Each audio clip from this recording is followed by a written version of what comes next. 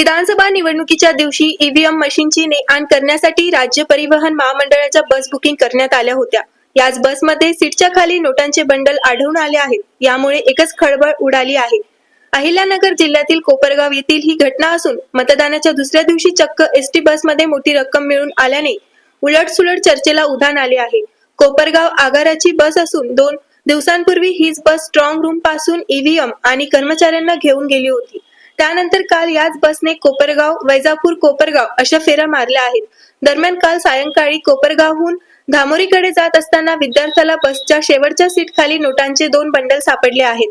ST बसच्या seat खाली 500 रुपयांच्या नोटांचे 2 बंडल सापडल्याने खळबळ उडाली आहे।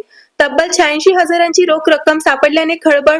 एवढी मोठी रक्कम नेमकी कुणाची आणि बसच्या सीट खाली कशी आली याबाबत पोलीस तपासात निष्पन्न होणार आहे। मात्र प्रामाणिकपणा दाखवत विद्यार्थ्यांनी वाहकाकडे ही रक्कम सोपवली आहे।